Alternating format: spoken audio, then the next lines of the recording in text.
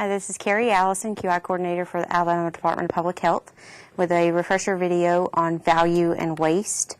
So first I want to talk about the three types of work that we have. So there's value-added work, where the customer cares about everything that is happening during that time and is willing to pay for everything that they encounter.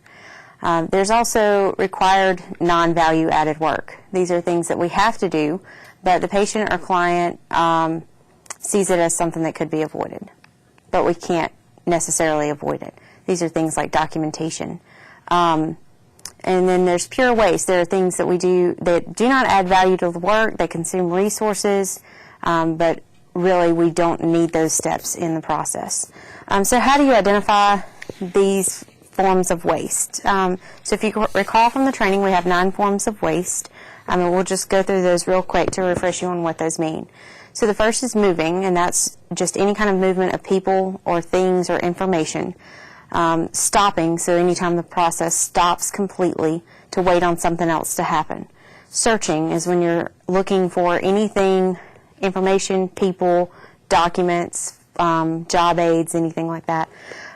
Inspecting is when you're inspecting work that's already been done to check for errors or calculations.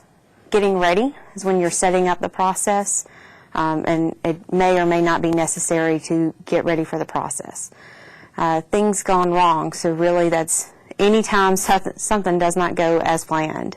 More than needed, so you may have more inventory than needed or more copies of letterhead than you would use in an entire year, but you, for some reason, store that all the time. Not needed. So information or documentation that you don't need that's never used. And finally, underutilized potentials. So that's when you have a team member or staff person that has a lot of good skills that you're not really harnessing and using in the process. So there's just a quick refresher on the 9 forms of waste that you're trying to identify in the solve phase of the QI process. This concludes the refresher on waste and value.